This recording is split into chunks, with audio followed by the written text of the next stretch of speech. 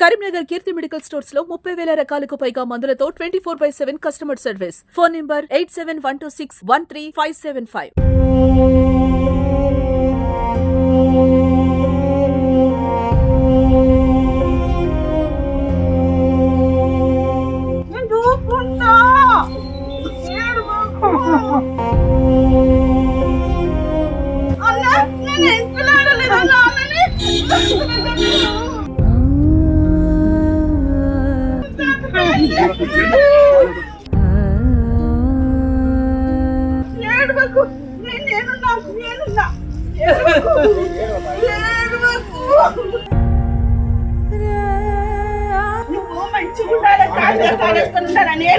నేను బతుకున్నంత వరకు నీకు ఉంటుంది జీవితం.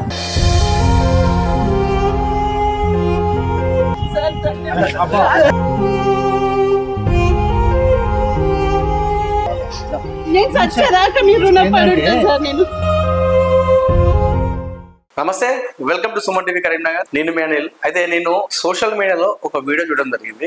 ఆ వీడియోలో ఒక మహిళ ఒక పెద్ద ఆయనను పట్టుకొని వెక్కి వెక్కి ఏడుస్తూ చాలా ఎమోషనల్ అవుతుంది. అంటే అది చూసిన తర్వాత వీడియో కాస్త నాకు నేను ఎమోషనల్ అయిపోయినా ఆటోమేటిక్ గా నాకు గూస్ బంప్స్ వచ్చినాయి. అంటే రోమాలు లెక్కబడిస్తాయి అంటారు కదా, అట్లా అనిపించింది. అది చూస్తే నేను చూసుకుంటా మా నాన్నను ఎవరి దగ్గరికి అవసరం లేదు అని చెప్పేసి ఆ మహిళ కంట తట్టి పెడుతూ తండ్రిని, ఎవరైతే ఆ పెద్ద ఆయన వయసున్నారో ఆ మహిళ తండ్రి అతను, సో గట్టిగా పట్టుకొని ఒక చిన్న పిల్లాన్ని మనం ఎత్తుకుంటే ఎంత ముద్దుగా ఎంత ప్రేమగా మనం ఆప్యాయంగా దగ్గర తీసుకుంటామో అట్లా ఆప్యాయతగా తీసుకొని మాట్లాడుతుంది, అట్లా ఏడుస్తుంది మహిళ.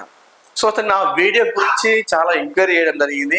ఇది ఎక్కడ జరిగింది, అసలు ఏంటి అని చెప్పేసి ఆరాధిద్దామని చెప్పేసి కాస్త బ్యాక్గ్రౌండ్ లో దీని గురించి తెలుసుకుంటే అది మన కరీంనగర్ చెందినటువంటి స్పందన అనాథ వృద్ధాశ్రమం నడిపిస్తున్నటువంటి శ్రీనివాస్ గారు మన అందరికీ సుపరిచితులే. ఎందుకంటే గతంలో మనం సుమన్ టీవీలో ఒక కథనాన్ని ప్రచారం చేసిన తర్వాత ఒక ప్రభుత్వ పాఠశాలలో టాయిలెట్స్ కూడా కట్టేయడం జరిగింది. చాలా మంచి కార్యక్రమాలు చేస్తుంటారు.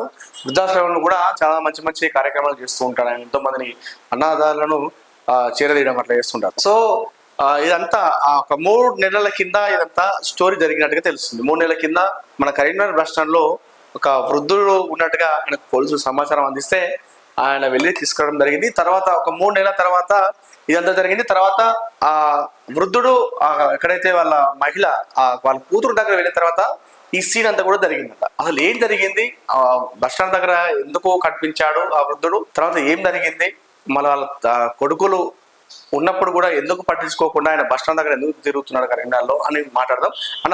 అన్న ఒకసారి ఎలా ఉన్నారన్న? సో మనకు అందరికి తెలిసిన వ్యక్తే శ్రీనివాస్, డాక్టర్, ఆర్ఎంపీ డాక్టర్ పనిచేస్తుంటారు. మంచి మంచి సామాజిక కార్యక్రమాలు చేస్తుంటారు. అసలు అన్న చెప్పండి, ఆ వృద్ధుని పేరేంటిది, మీకు ఎక్కడ కనిపించాడు, అసలు ఏంటి సంగతి, తర్వాత జరిగిన సంగతి ఏంటి అసలు? ఓకే, అందరికీ నమస్కారం. మేము గత 4 సంవత్సరాల నుంచి ఇట్లా వెల్చాల గ్రామంలో అనాథ వృద్ధాశ్రమం నడిపిస్తున్నాం. అయితే మాకు కూడా ఏంటంటే మేము పోలీసుల నుంచి మాకు బస్ స్టాండ్ నుంచి ఫోన్ వచ్చింది ఫస్ట్. సరే ఇట్లా మరి ఒక బస్ స్టాండ్ లో ఒక ముసలాయన ఉన్నాడు, పాపం ఎవరు లేరట, చిన్న చిన్న దెబ్బలు కూడా దాక్కున్నాయి అని చెప్పి మాకు అక్కడ పోలీసులు మాకు బస్ స్టాండ్ నుంచి కాల్ చేశారు. ఎప్పుడు వచ్చిందన్న కాల్? 3 months, ఒక 2-3 months మధ్యలో. అయితే మేమేం చేసామంటే మేము వెంటనే బస్ స్టాండ్కి వెళ్ళినాం. బస్ స్టాండ్కి పోయిన తర్వాత ఆయన చూసిన తర్వాత చెప్పిండు ఆయన ఏంటంటే మాకు ఇట్లా 2 కొడుకులు కూడా ఉన్నారు, వాళ్ళు చూసుకుంటలేరు, నన్ను ఇట్లా ఇంట్లోకి వెళ్ళి కొట్టి పంపించారు అని చెప్పేసి ఆయన అక్కడ పోలీసుల సమక్షంలో చెప్పిండు ఆయన.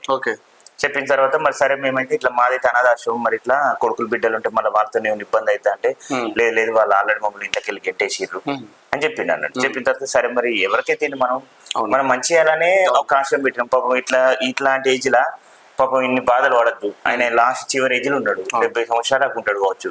సరే అలాంటి ఏళ్ళలో మనం ఎందుకు ఇబ్బంది పెట్టాలి అని చెప్పేసి మంచిగా మేము ఆశ్రమం తీసుకొచ్చినాం, మంచిగా స్నానం పోసినాం, ఫుడ్ పెట్టినాం.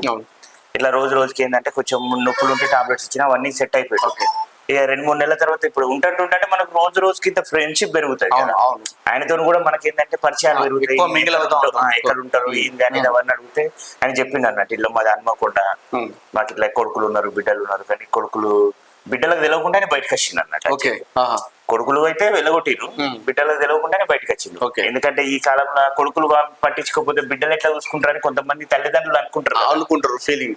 అదే ఉద్దేశం మీద ఏంటంటే ఆయన ఇక బిడ్డలకి ఏం చెప్పాలి, నేను నా బిడ్డలకు భారం అవుతా ఎందుకు చెప్పేసి ఆయన బయటకు వచ్చేసి వచ్చిన తర్వాత ఆ స్టోరీ అంతా మాకు చెప్పిన తర్వాత కనీసం ఆయన ఇంట్లోకి వెళ్ళి వచ్చేటప్పుడు బట్టలు తెచ్చుకోలేదు, ఆధార్ కార్డు తెచ్చుకోలేదు, ఏం తెచ్చుకోవాలి, అసలు ఎవిడెన్సే లేదు. మనకి ఇప్పుడు జనరల్ గా ఏంటంటే మనకి ఆశ్రమంలో ఎవరైనా చనిపోతే కూడా మేము అంత్యక్రియలు చేస్తాం. చేసినప్పుడు ఏంటంటే ఆధార్ కార్డు పెట్టుకుంటేనే మనకు సర్టిఫికెట్, డెత్ సర్టిఫికెట్ కానీ ఎవరైనా సరే గ్రామ పంచాయతీ అక్కడి నుంచి వెళ్ళి ఇస్తారు. అయితే ఏంటంటే మేము ఇట్లే రోజు మరి తాత మరి ఇక్కడ మీ ఇల్లు ఉంటే చెప్పండి, పోదాం, మనం ఏదైనా ఆధార్ కార్డు ఏదైనా ఉంటే తెచ్చుకుందాం, లేకపోతే మీలతోనన్నా మాట్లాడదాం మరి అని చెప్పేసి నేను ఆయనతో మాట్లాడితే సరే బిడ్డ ఒకసారి పోదాం అని చెప్పేసిండు.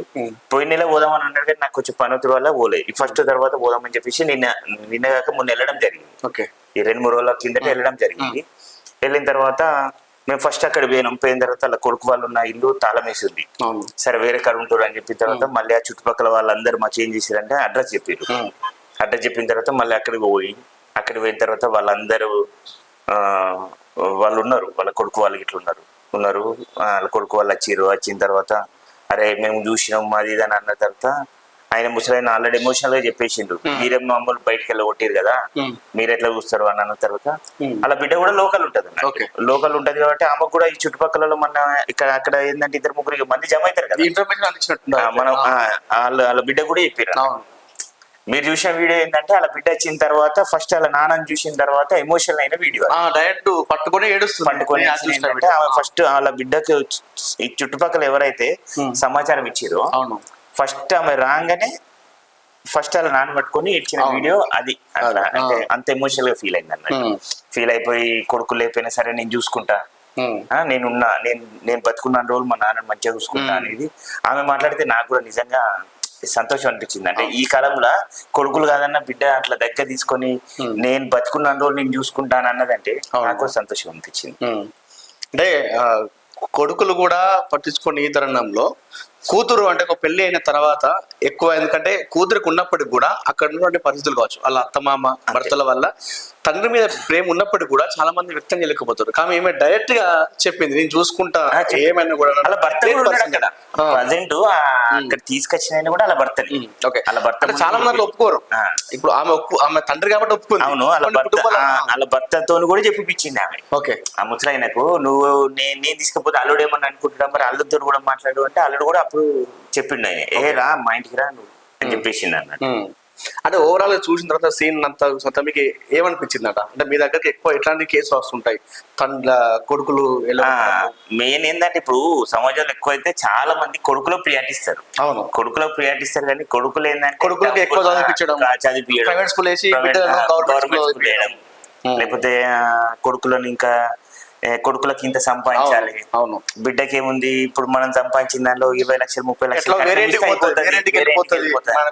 మరి అలాంటప్పుడు ఇక్కడ 2 కొడుకులు ఉన్నాయి చూడండి, వేరే ఇంటికి పోయిన అమ్మాయి తన్నించేది తీసి కదా. అవును, మరి అట్లాంటప్పుడు ఏంటంటే మనం కూడా ఇప్పటికైనా కొంచెం అవేర్నెస్ వచ్చి బిడ్డలు ఒక రకంగా కొడుకులు ఒక రకంగా కాకుండా అందరినీ సమానం. ఇప్పుడు కూడా ఈ జనరేషన్ లో కనీసం ఇప్పటికైనా జనాలు కావచ్చు, పేరెంట్స్ కావచ్చు మారితే మంచిది. బిడ్డను ఒకలా కాకుండా కొడుకును ఒకలా కాకుండా చూస్తే. ఆ మహిళ పేరు ఐడియా ఉందన్నా మీకు? ఎందుకంటే మనం ప్రస్తావించాల్సిన అవసరం ఉందా మహిళ పేరు? ఉంది, చెప్పచ్చు. పేరు దేవిక. సో దేవిక గారికి నిజంగా థ్యాంక్స్ చెప్పుకోవాలి. అంటే కన్న తండ్రే కదా నేను థ్యాంక్స్ చెప్తానంటే ఇప్పుడు ఉన్నటువంటి జనరేషన్ లో అట్లా ఏం లేదండి.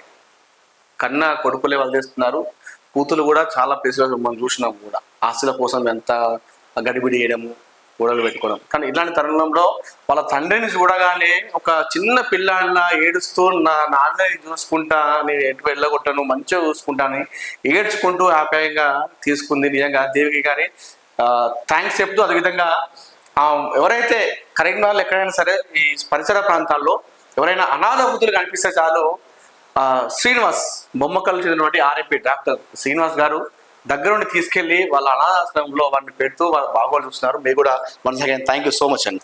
థ్యాంక్స్ అండి. సో ఇదండి మొత్తానికి పరిస్థితి. ఎవరైనా సరే అటు కొడుకులు కావచ్చు, కూతుళ్ళు కావచ్చు, ఇందాక అన్న చెప్పినట్టుగా తారతమ్యం లేకుండా ఒకనొక సందర్భంలో అప్పుడు జనరేషన్ అంత తెలియదు కాబట్టి, టెక్నాలజీ లేదు కాబట్టి కొడుకులను ఒకలాగా కూతుర్లు ఒకలాగా చూసుకునే వాళ్ళు, కొడుకుకి ఎక్కువ ప్రయారిటీ ఇవ్వడం, చదివించే విషయంలో కావచ్చు, ఏదైనా సరే. సో జనరేషన్ మారిపోయింది, అంతా చేంజ్ అయిపోయింది. ఇప్పుడు ఆడవాళ్ళు కూడా దూసుకెళ్తున్నారు ముందుకు మొగల కంటే ఎక్కువ. సో అలాంటి తారతమ్య భేదం లేకుండా చిన్నప్పటి నుండి ఈ జనరేషన్లో అయినా కూడా మంచిగా చూసుకోవాలని చెప్పేసి మనకు ఈ స్టోరీ చేసిన తర్వాత అయితే నాకు అర్థమైంది. కెమెరా పర్సన్ పెట్టెల ప్రవీణ్తో Anil, Suman TV, Karimnagar, Suman TV studio నుండి.